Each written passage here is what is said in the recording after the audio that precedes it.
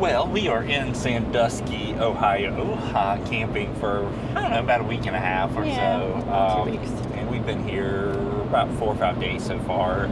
It is so cold and so windy here. It's either snowing or it's raining every day that we're here. It's kind of miserable. So we've got our RV over in Indiana. They're working on it at the Brinkley plant, getting everything fixed up.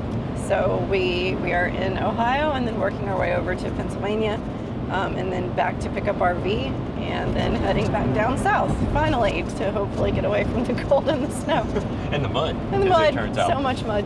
So it's currently 27 degrees, a little bit snowy. And so we are heading over to Dearborn, Michigan. It's about a 2-hour drive to go to the Henry Ford Museum of American Innovation. You know, I thought it was all just like Ford cars, but it's really about kind of like American manufacturing and the railroad industry and machinery and equipment. Any innovations. They've got like the guy who made the electricity. What's his name? Oh. Dang it. Trivia time. Who's the guy? The guy who made the electricity is there. I'm thinking Bell, but he's the phone guy. Yeah. Edison? Edison, Thomas Edison. Trivia for me. See, the two of us together, like I know the first. You One know brain. Yeah. So they've got that. They've got Abe Lincoln's chair that when he was at the theater he was shot in, which more trivia because Matt is related to Abraham Lincoln. If you can't tell, with long the face ears and the long and face, the chiseled jaw. Yeah. And, can't you just see him in like a top hat and a cane? Like. Said at Halloween we should totally dress up as Mr. and Mrs. Abraham Lincoln. Yeah.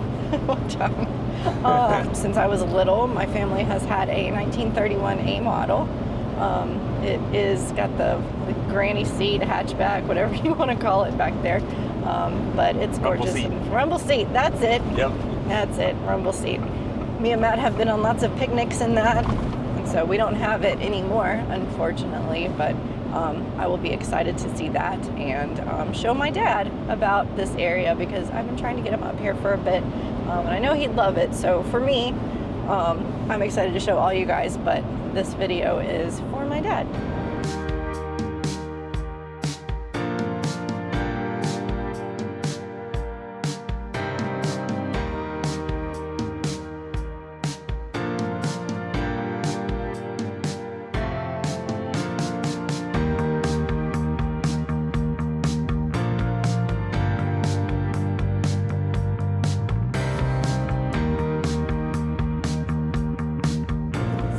Finished a really fun day over at the Ford Museum of American Innovation, and then we went to dinner at Ford's Garage, which was like 6 minutes away. Had a burger. Like the perfect way to end that day. It was. They had these A models, T models, depending on which bar you were at, I think, that were up high, and the wheels just kind of kept turning. It was just very well decorated, and the food was great, and they branded the burger buns. And like the sinks in the bathroom were like fuel pumps. And the all water the came door out of the handles are fuel pumps.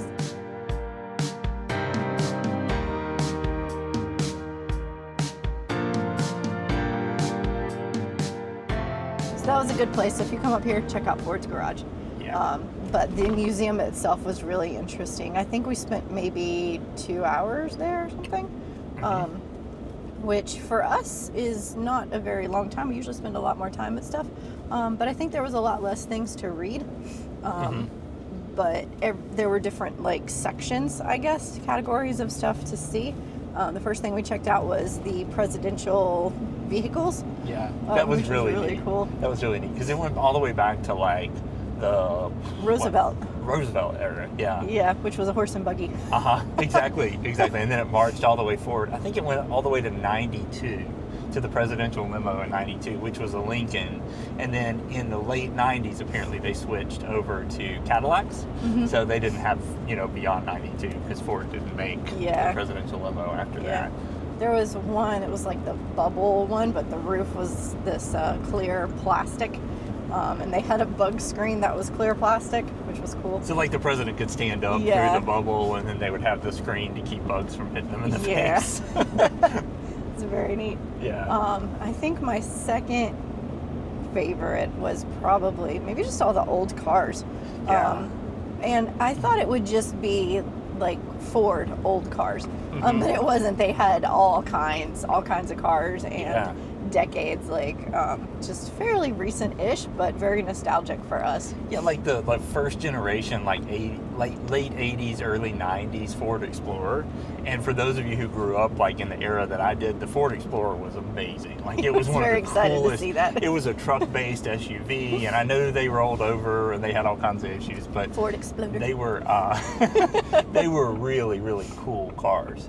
Yeah. So it was neat to see that. And then my grandparents had a minivan just like this minivan that they had in there. And this one was a red minivan with red cloth interior. Yeah. So it's like, it just is interesting. Like, I feel like we always go in circles as a society with like culture and stuff like that, like our preferences. But, you know, cars started off and they were only like one or two colors that you could get, and then they became there was very like pink colorful. And blue. Oh and yeah, very colorful. They cars. became very colorful. The very interiors were really colorful and all that kind of stuff in like the 50s and 60s, and then now we've moved back into this era where there's not many color choices. White, tan. And things are a little bit more plain, like plain black leather seats or plain whatever in your cars. So I just think it's interesting, and you know, who knows, in the next decade or two, like we'll probably be back to floral patterns on seats. Wallpaper. Well, wallpaper's coming back. But it is anyway, coming back, yeah. But they also had some really old like RVs, like pop-ups and pull-behinds, and there was an old Airstream with the tiniest door. I couldn't even get into it without ducking. Yeah. Probably. But it was really neat to see those.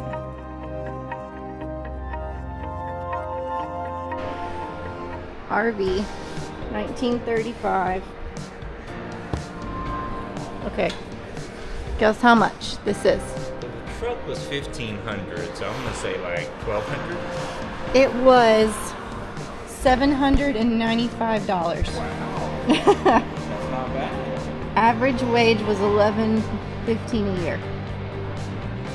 So you'd have to work about 8.5 months to buy this. Wow.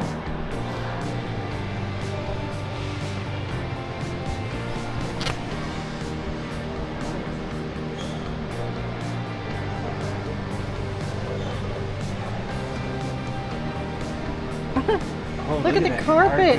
Oh man. Oh, boy, it looks fluffy. Oh man. And the little built-in. Oh, the tissue box. Tissue boxes, yeah. Memories. Oh man. Cinder block wall. Never. Women in the driver's seat. Everyone knows we're not capable.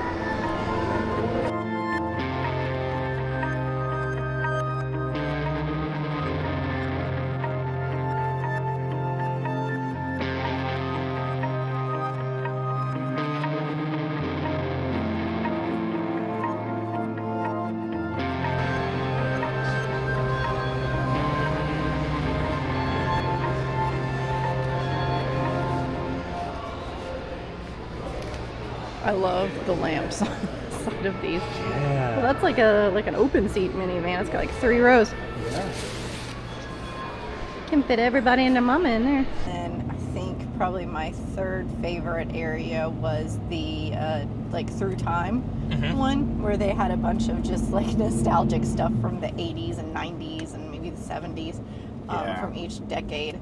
Just fun little stuff like a Snoopy telephone. Like for your bedroom. Like a lot of my friends had stuff like that when we were growing up. An Atari and stuff. But I was walking in there, I was like, man, I'm feeling kind of old, you know, looking at all this stuff of my childhood in a museum. And this other couple was like looking at it, and I was like, makes you feel old, doesn't it? And she was like, yeah, you know, but I was born in 2002. I was like, oh, I feel very old now. Exactly. I was in high school. I know.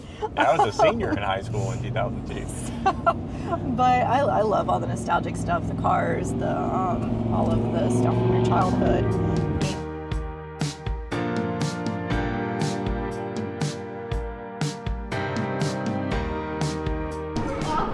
50s, 60s, and 70s.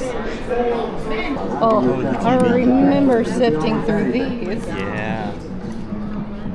You have to like highlight them so you wouldn't miss them. That was my favorite. That was awesome. Yeah. I feel so old. Oh my gosh. Well, and then somebody we just walked in, started talking to, was born in 2002, which also makes me feel old because I was 83. So I was like, I was 86. And you know, when I first started working, we still had pagers. So like, I literally had a pager and a cell phone and all that kind of stuff. Crazy. I love that exhibit. Yeah, that was fun. That was a lot of fun. I don't know what your next favorite area was.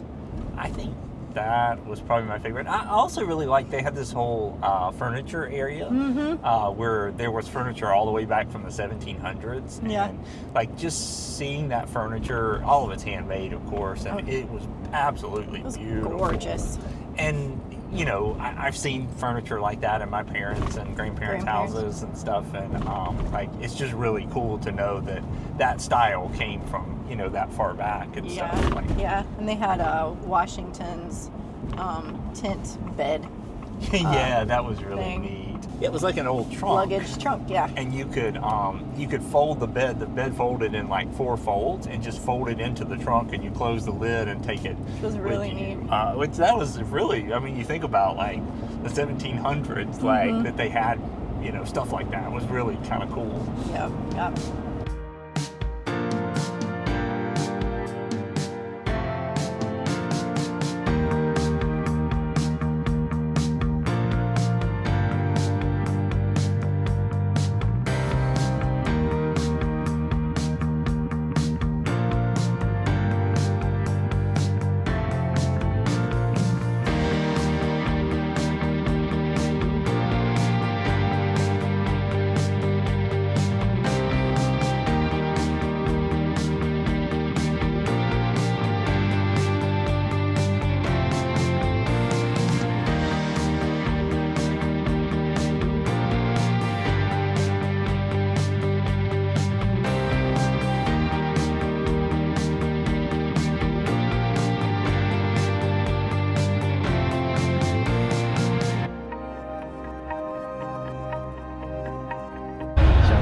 Let's play.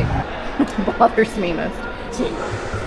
Chewing sounds. Chewing sounds bother me most. FYI. I would say wobbly tables or mismatched socks. Okie dokie. Which one? I know you're picking it for me. Let's go with wobbly tables.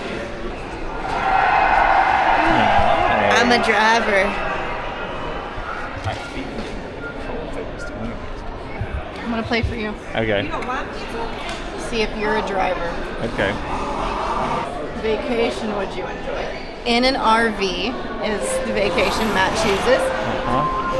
Mountain biking, Comic-Con, diving with sharks, or learning to make pasta. Oh, none of these. That one. Yeah. You're a trainer. I'm a teacher. So. You are a teacher. That fits. That fits.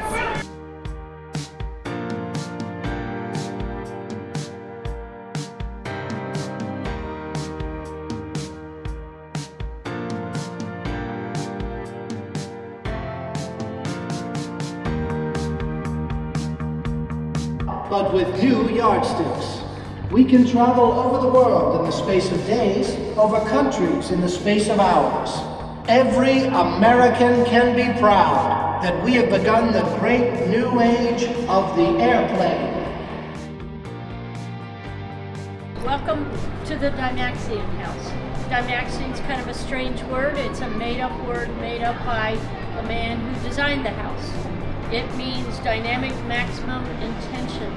Buckminster Fuller is the name of the man that designed the house. He designed it in 1927. They did make 2 prototypes, and this is one of them. He put a evolving shelves in here. Just saves floor space.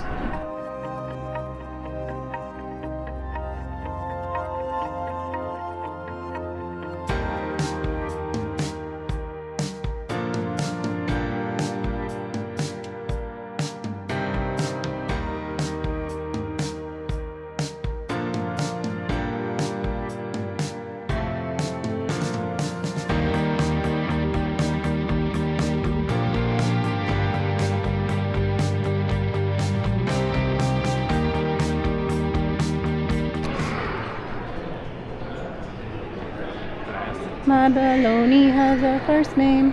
It's S-E-A-R. My bunny has a second name. It's M-A-Y-E-R. They had this big, like the old school McDonald's sign Yeah. in the middle, and it was set up like a diner, and then they had the old like 1950s cars out in front of it and stuff like that. And that was right in the middle of the museum. Yeah. So it was really cool because it just kind of added to the whole like nostalgia. Yeah, go in there and get you a milkshake and walk around and look at some old stuff. Yeah. I think that for me was like the word. It was really nostalgic to kind of go in and look at all of that. Like just really neat. And I think, Stacy and I really appreciated it. Her dad having the 31A model, like going back and kind of seeing the evolution of cars and like knowing about how that A model worked. Her dad taught me a lot kind of about how the A model worked mechanically and stuff like that.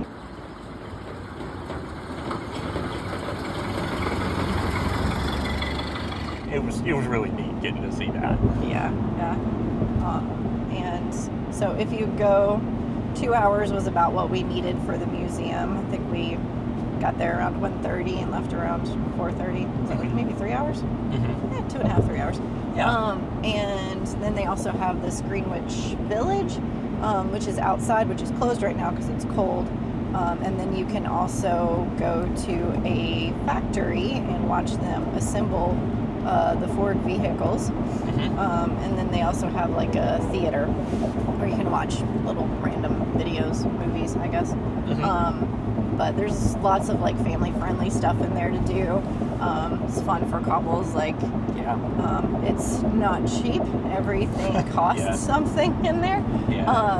But if you're up this way and you're looking for some nostalgia and something fun to do, definitely check out the Ford Museum. Oh yeah. Well, and I would say even if you have young kids and stuff like that, it's not the kind of museum where you're reading all of the time, where you're spending a lot of time like around exhibits.